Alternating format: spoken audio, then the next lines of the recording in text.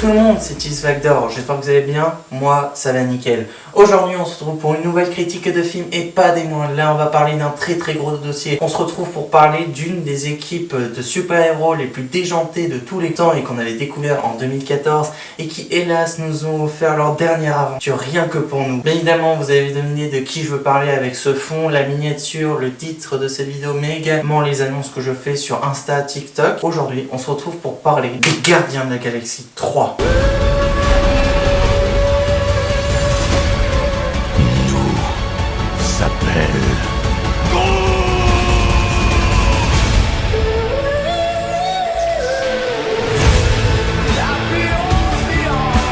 Les Gardiens de la Galaxie Volume 3 est un film d'aventure SF sorti le 3 mai 2023 qui appartient au studio Marvel. Plus précisément, il s'agit du 32e film de cette licence et je précise que Marvel appartient au studio Disney et ce film a été réalisé par James Gunn. Pour ceux qui ne le connaissent pas, il a bien sûr réalisé la trilogie des Gardiens de la Galaxie, mais sinon il a réalisé par exemple Horribilis ou encore The Suicide Squad. Bref, comme à chaque fois, c'est une évidence, je vais d'abord vous faire un résumé du film, puis après je vais vous donner mon avis dans l'ensemble. Allez, c'est parti. Après les événements d'Avengers Endgame, les Gardiens de la Galaxie vivent désormais sur Nowhere qu'ils ont aidé à reconstruire. Peter Quill est toujours très marqué par l'absence de Gamora, jusqu'au jour où ils se font attaquer par Adam Warlock, la création surpuissante d'Ashia, la prêtresse des souverains. Suite à cette attaque, Rocket a été gravement blessé. Pour le sauver, les gardiens vont devoir retrouver celui qui a jadis modifié le corps de Rocket, le maître de l'évolution. Pour vous dire, ce film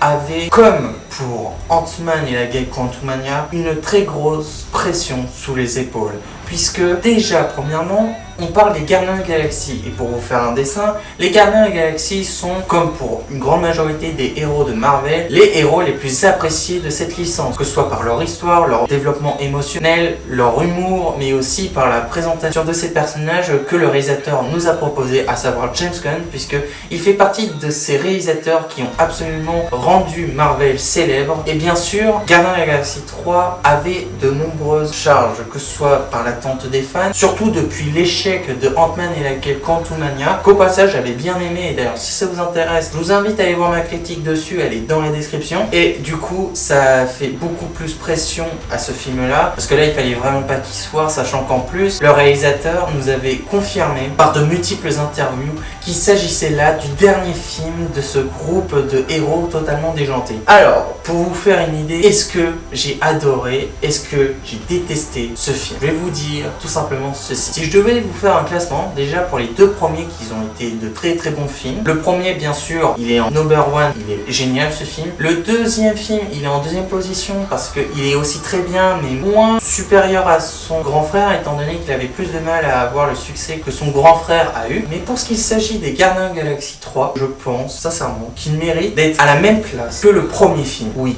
Je le confirme mot pour mot. Je trouve que les Gardiens de la Galaxie 3, c'est un énorme respect. Là, vous pouvez dire ce que vous voulez. Désolé pour ceux qui trouvent que le film est pas ouf. Je trouve que c'est un film qui respecte tout ce qui a été fait depuis le tout premier film qui est sorti en 2014. Et je vais vous expliquer par de nombreuses raisons. Et bien sûr, je vais d'abord commencer par l'histoire. On perd pas de temps. Allez, let's go. Déjà, je trouve que l'histoire, hors du fait qu'on a droit à 5-10 minutes d'explication, de mise en place et tout, à partir des 10 minutes, ça commence déjà à envoyer des explosions, des combats, vraiment que ça explose de partout, très énergique. Et ça, j'ai trouvé que cette mise en place là a été au début un peu bizarre, j'avais du mal avec ça, mais au moment où ça avait vraiment commencé, j'avais mieux compris cela, et j'ai trouvé que c'était bien d'avoir placé ça, étant donné que le film fusionne entre la temporalité actuelle, c'est-à-dire ce que les personnages vivent en ce moment, mais également sur ce que les personnages, plus précisément un personnage en particulier, a ressenti, parce qu'on a le droit aussi à de nombreux flashbacks. J'avais bien apprécié cette idée de placer le rythme du film dans cet ordre-là, de d'abord mettre un ton plutôt pesé, calme, tranquille, et puis après de faire petit à petit, que ce soit du moment très dynamique et d'autres moments qui laissaient place à l'émotion qui nous a été présentée par les personnages. Ça a permis au film d'avoir un très bon rythme, surtout que le film il dure vraiment longtemps, il dure 2h30 si je me trompe pas quand même, ce qui est pas rien non plus. Franchement, dans l'histoire j'ai rien à redire en fait. Je trouve que les idées ont été très bien recherchées. Ce que j'ai aussi beaucoup aimé, c'était le défaut que j'avais cité dans Ant-Man et la guerre Quantumania, c'était la combinaison du thème dramatique dramatique et du thème de l'humour. Je trouvais qu'ils avaient mal combiné ces deux-là. Bah là, pour les Gardiens de la Galaxie, c'est que ça a marché très bien cet ordre-là. J'ai trouvé qu'ils ont parfaitement timé les moments où il fallait mettre place à la tristesse que pourraient ressentir les personnages qui nous faisaient ressentir cette émotion au passage, à tel point que c'était fort, et les autres moments où ça laissait place à l'humour. Cependant, j'ai constaté que l'humour a été beaucoup plus poussé dans ce film-là que les deux précédents. Alors on pourrait penser que c'est une chose plutôt négative. Bah au contraire, j'ai trouvé que c'était très bien, étant donné que là on suit un groupe de personnages beaucoup plus grand que les deux films précédents. À mon avis, le seul défaut que je pourrais dire, c'est vraiment qu'il a mis du temps à se mettre en place, mais c'est même pas un vrai défaut parce qu'il a été pensé pour prendre du temps à se mettre en place et pour qu'après ça part petit à petit au combat ultime. Et vraiment cette mise en place, je l'ai trouvé très bien. Du début jusqu'à la fin, j'ai trouvé que ça a été parfait. Et surtout, j'ai vraiment apprécié la conclusion finale. J'ai apprécié le choix du réalisateur d'avoir présenté une telle conclusion et j'ai trouvé que c'était bien pensé d'avoir fait cette idée-là. Donc dans l'ensemble, même si je me suis répété, je trouve que l'histoire a été très bien construite dans son ensemble et que le ton de l'humour et de la dramatique sont bien mélangés. Ils se combinent plutôt bien et aucun des deux essaie d'être supérieur à l'autre. Et je trouve que ça a permis au film de bien fonctionner, sachant que les Gardiens de la Galaxie, ça fusionne entre l'humour et la dramatique. Mais surtout, je trouve que la dramatique et la tristesse ont été encore plus poussées que dans les deux films précédents. Dans le premier, c'était surtout penché sur l'humour. Le deuxième, un peu moins et un peu plus sur le développement sentimental de certains personnages. Bah là, dans celui-là, il est encore plus développé et j'ai trouvé qu'on arrivait plus à s'attacher aux personnages. Le fonctionnement de l'histoire a permis vraiment d'aimer plus les personnages. Prenons Nebula par exemple. Dans le premier,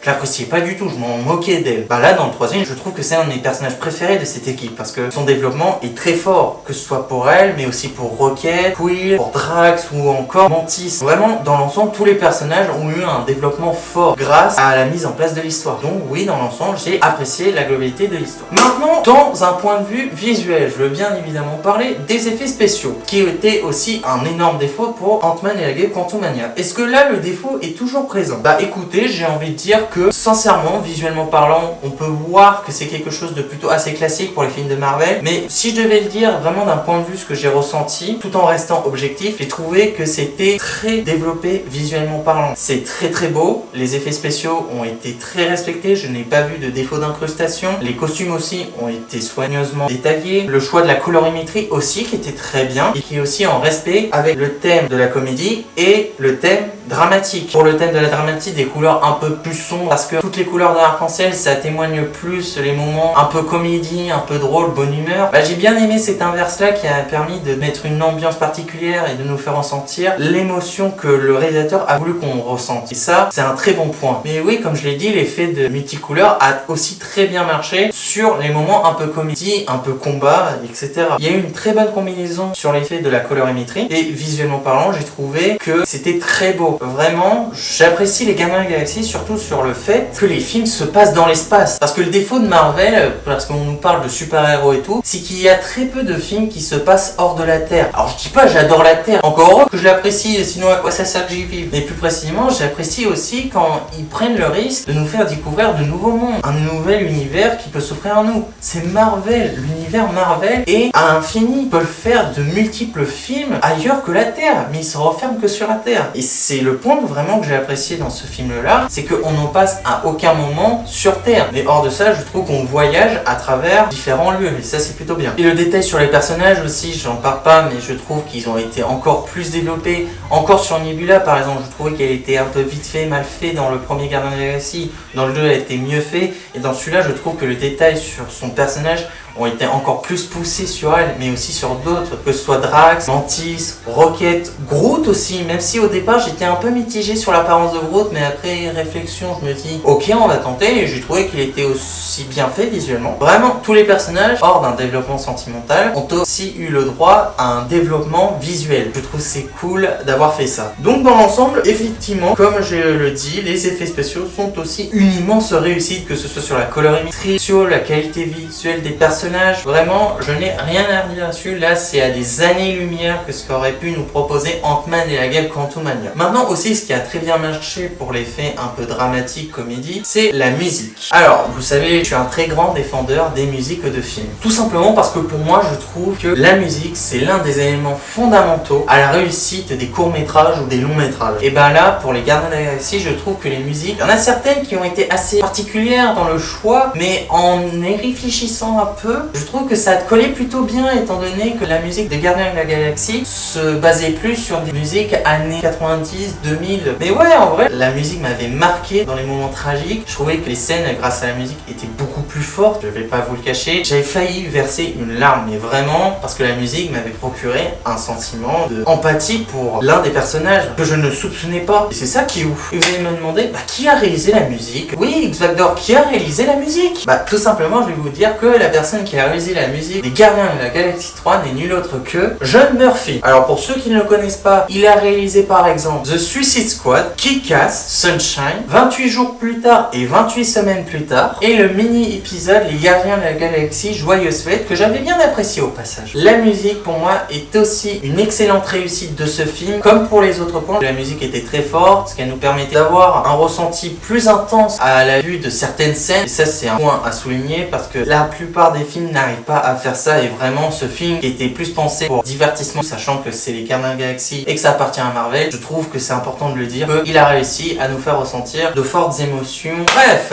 maintenant que je vous ai présenté l'histoire, les effets spéciaux, la musique, je vais maintenant passer à la zone de spoil. Donc ceux qui ne veulent pas se faire spoil, je vous invite à aller vers ce timecode et on se retrouve juste après. Allez, je vous dis à tout de suite. Donc après que les gardiens ont vaincu le maître de l'évolution et avoir sauvé tous les passagers du vaisseau, au final les Gardiens de la Galaxie ont décidé de se séparer, de plus former les Gardiens de la Galaxie, de partir chacun de leur côté, Quill de retourner chez lui, Nebula et Drax gérer Nowhere, et j'en passe. Ce qu'on découvre aussi, c'est le fait que Rocket gère maintenant une nouvelle équipe et que tout le monde vit heureux, et ça c'est plutôt bien. Le seul défaut qu'on pourrait aussi citer par les scènes post-crédit, c'est-à-dire les scènes qui annoncent les prochains films, il y a une scène qui me laisse un peu perplexe, à savoir une scène de Quill avec son grand-père en train de débattre, puis après un écran blanc. Ils ont fait un texte comme pour Thor. D'ailleurs, ceux qui n'ont pas vu, je vous invite à aller voir ma critique, elle est dans la description, en disant que Thor reviendra, ou pour les Gardiens de la Galaxie 2, quand il dit les Gardiens de la Galaxie reviendront, que le légendaire Star-Lord reviendrait. Quand ils ont mis ça, je savais pas comment on le prend. Comme je l'ai dit, je trouve que la conclusion des Gardiens de la Galaxie est parfaite. Il n'y a pas besoin d'ajouter d'autres films, même si pour moi je suis un peu triste que c'est fini et qu'il n'y en aura plus d'autres. Mais dire qu'il y aura le retour de Star-Lord, ça signifie qu'il y aurait potentiellement le retour des Gardiens de la Galaxie. C'est ça qu'il faut comprendre. C'est ça que je me dis, et ça c'est un problème, ça c'est le défaut du truc, c'est que on se dit ça alors que James Gunn a formellement dit que c'était le dernier film. Ça voudrait dire que Marvel va s'autoriser à faire d'autres films, c'est ce que je crains, mais du coup de détruire ce que James Gunn a fait avec cette trilogie, parce que pour moi, les Gardiens de la Galaxie, c'est la première trilogie parfaite de Marvel, c'est ça qui est ouf. C'est-à-dire qu'il serait prêt à détruire ce que James Gunn a fait. De toute façon, on peut juste avoir cette question en tête, puisque on le saura seulement dans quelques années, je pense, le temps qu'ils se décident à nous annoncer la nouvelle. Bref, maintenant que nous avons fait la zone de spoil, nous allons présenter l'avant-dernier point de l'ensemble de cette critique, à savoir les personnages. Alors, d'après vous, si j'ai apprécié l'histoire, les effets spéciaux et la musique, vous pensez que je dirais quoi pour ça? Je sais que t'as pas aimé. T'es qui toi? Tu te rappelles pas, tu m'as pas vu depuis des mois. Ah oui c'est vrai, j'avais oublié que t'étais là toi. Je croyais que je t'avais bâillonné. Exactement, mais je me suis libéré il y a quelque temps. Ouais on en discutera tout à l'heure et je te remettrai là-dedans, t'inquiète pas. Hein quoi? Non, laisse tomber, on continue la critique et on en parlera après, d'accord? Tout simplement, je vais vous dire que, bien sûr, c'est aussi une réussite, les personnages. Comme pour tous les autres points que je présente depuis le début, puisque, comme je vous l'ai dit, il y a eu un énorme développement depuis le premier Gardien de la Galaxie. Même si le deuxième a été moins bien que le premier, je trouve qu'il a été meilleur dans le développement. Et normal, parce que dans le développement, on s'était attaché à de nombreux personnages qu'on s'était pas attaché dans le premier, que ce soit Yondu, que ce soit Nebula, etc. Et là, dans celui-là, on s'attache encore plus à certains personnages. Bien sûr, Nebula, Mantis, Drax, Quill, mais aussi bien évidemment Rocket, puisque c'est lui qui est mis en avant dans ce film. Et je trouve ce qui a été très bien dans ce film et qui est en lien avec les effets visuels, c'est qu'ils ont réussi par l'histoire, la musique, de nous présenter visuellement un personnage fort, dramatique, qui a engendré en nous d'avoir de l'empathie pour un raton laveur, créé numériquement. On n'a même pas eu de tristesse pour un vrai acteur, même si Rocket est interprété par un acteur, je le dis pas là, mais qu'on a été vraiment attristé par un personnage créé entièrement en numérique. Vraiment, je trouve trouve que tous les personnages ont eu un très fort développement qui a permis de faire un lien avec les autres films. Par exemple Drax, qui n'est plus considéré comme Drax le destructeur, qui est un peu une brute épaisse, mais plutôt aussi comme un père attachant et qui nous présentait un personnage qui sait aussi faire preuve de calme et de gentillesse que de ses propres points. Mantis aussi, qui permet de transmettre un peu des valeurs plutôt fortes à certains personnages un peu dans le désespoir. Quill, même s'il est mis assez de côté, qui a été plutôt mis en avant comme un crétin, est aussi très fort. Gamora, elle est beaucoup plus mise de côté, c'est pas la même Gamora qu'on suit depuis les deux premiers Gardiens. Si vous avez vu les films, vous voyez très bien où je veux en parler. Mais en soi, ça m'a pas empêché d'apprécier Gamora, même si c'est pas le meilleur personnage du film, il faut pas se le cacher. Nebula, je trouve qu'elle est aussi très bien, même si elle peut être parfois énervante par-ci par-là, mais ça m'a pas empêché d'apprécier le personnage. Rocket, bien sûr, que j'ai apprécié de A à Z. Je trouvais que Rocket, c'était vraiment celui qui prenait la grosse tête, qui s'en foutait des autres. Et bah là, le premier m'a fait vraiment fermer la gueule de moi, il y a des années, qui pensait cela, clairement. Parce que Rocket, c'est l'un des meilleurs personnages de cet univers-là. Groot aussi, que j'ai vraiment apprécié par son développement aussi, parce que vous savez tous qu'il dit à chaque fois je s'appelle Groot. Et bah là, je vais pas vous spoiler, mais il a aussi dit un autre mot, vraiment qui a été, je trouve, très beau. C'est une phrase simple que toute personne pourrait dire. Déjà que sa première phrase dans le premier film Les Gardiens de la Galaxie, c'est considéré comme l'une des meilleures phrases de Vin Diesel avec la phrase géant de fer. L'ensemble des personnages a été très bien. Mais aussi les méchants. Par exemple, le grand méchant, à savoir le maître de l'évolution, il n'est pas aussi surpuissant que Kang le Conquérant ou Thanos, mais il en jette quand même. C'est un personnage vraiment qui est fou dans sa tête. Je trouve que à travers ce personnage, on peut voir certains grands méchants de la licence Marvel en lui, que ce soit le délire complètement fou de créer un monde parfait de Ultron et de Thanos, de littéralement anéantir toutes les créatures inférieures et tout ce qui se dresse en travers son chemin comme Kang. C'est une assez bonne combinaison des caractères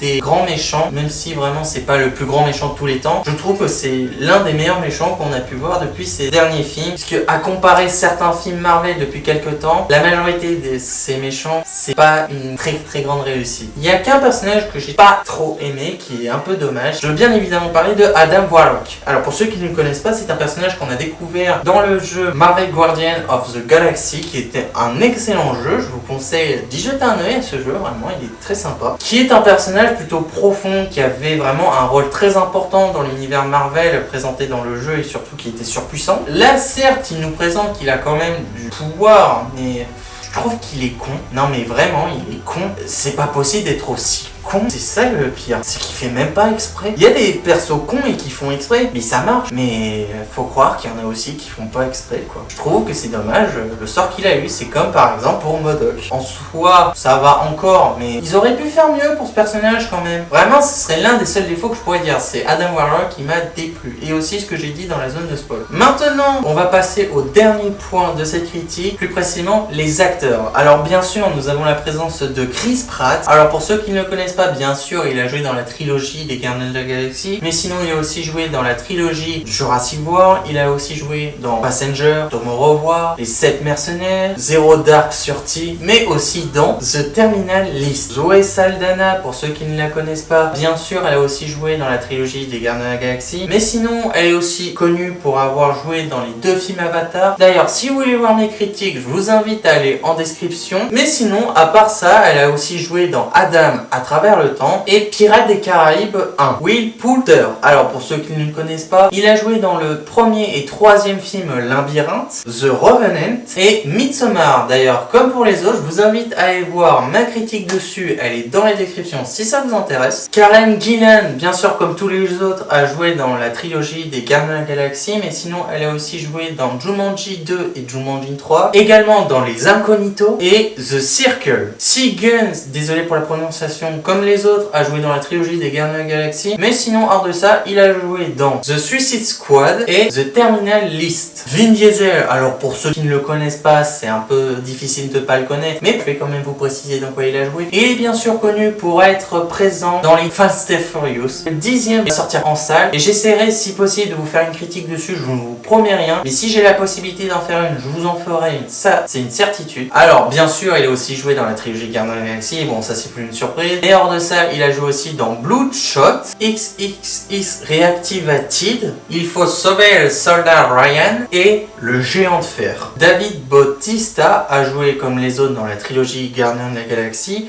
mais sinon il a aussi joué dans Stuber, le premier d'une, ainsi que le deuxième qui va sortir en fin d'année, Army of the Dead, Blade Runner 2049 et Coke at the Cabin. Désolé pour la prononciation, mais vous voyez juste là. Pomme Clémentif, elle, a joué dans le deuxième et troisième Gardien de la Galaxie, mais également les Gardiens de la Galaxie Joyeuse Fête. Mais hors de ça, elle a aussi joué dans La Famille Adams. Bradley Cooper, lui, a joué dans la trilogie Gardien de la Galaxie, mais sinon, il a aussi joué dans Nightmare Alley, Very Bad Trip 1, 2 et 3, The Mule, mais sinon aussi dans 10 Cloverfield Lane. Donc, pour conclure, qu'est-ce qu'on peut penser des Gardiens de la Galaxie volume 3, plus précisément de la conclusion de cette trilogie? Je vais tout simplement vous dire ceci. Les Gardiens de la Galaxie 3 sont exactement ce que les fans attendent dans l'univers Marvel, à savoir un film de super-héros qui mélange parfaitement de nombreux thèmes, que ce soit dans ce film la comédie et la dramatique, avec des effets visuels absolument parfaits, dans lequel aucun défaut n'est à souligner puisqu'il n'y en a aucun. Une histoire plutôt bien construite, présentée par des personnages qui ont été forts et très attachants et qui ont été très développés depuis le premier film